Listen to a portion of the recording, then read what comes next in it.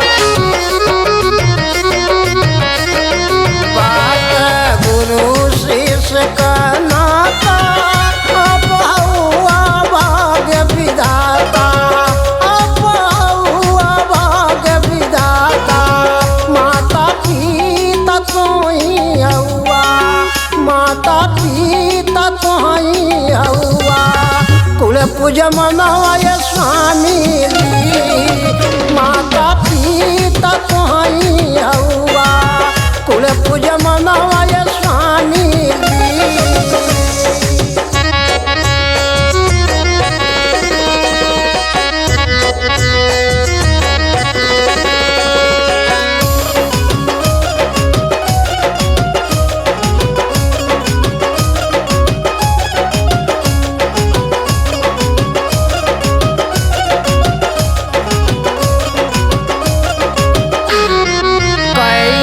भगती मोर कबूल चाली चरण काम के धूल हो चाली चरण काम के धूल कैला भगती मोर कबूल चाली चरण काम के धूल हो चाली चरण काम के धूल। भूला माफत भूल माफ तू करिया हमत हई ललनवाय स्वामी भूल माफ तू करिया हमत हई ललनवाय स्वामी जी।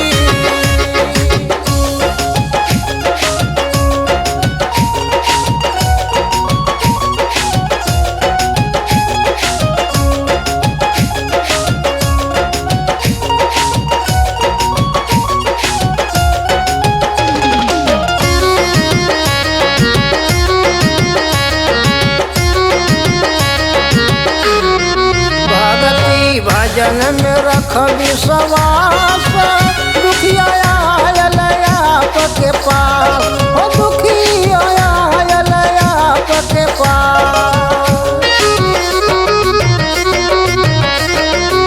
भगती भजन में रख विश्वास दुखिया आयल आपके पास हो दुखिया आयल आपके पास।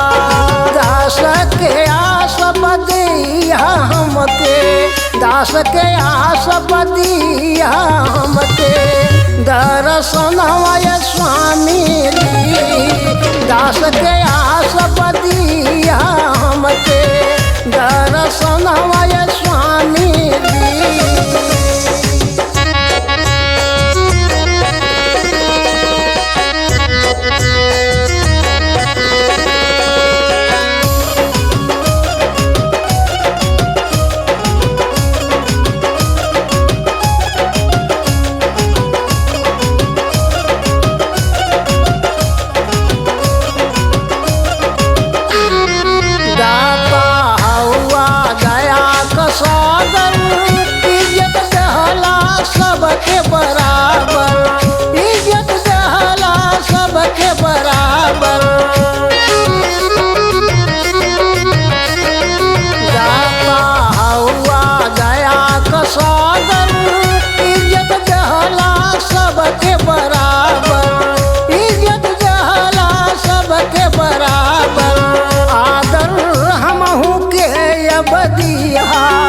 आदर हमहू के अब दिया, यह मंगनवा स्वामी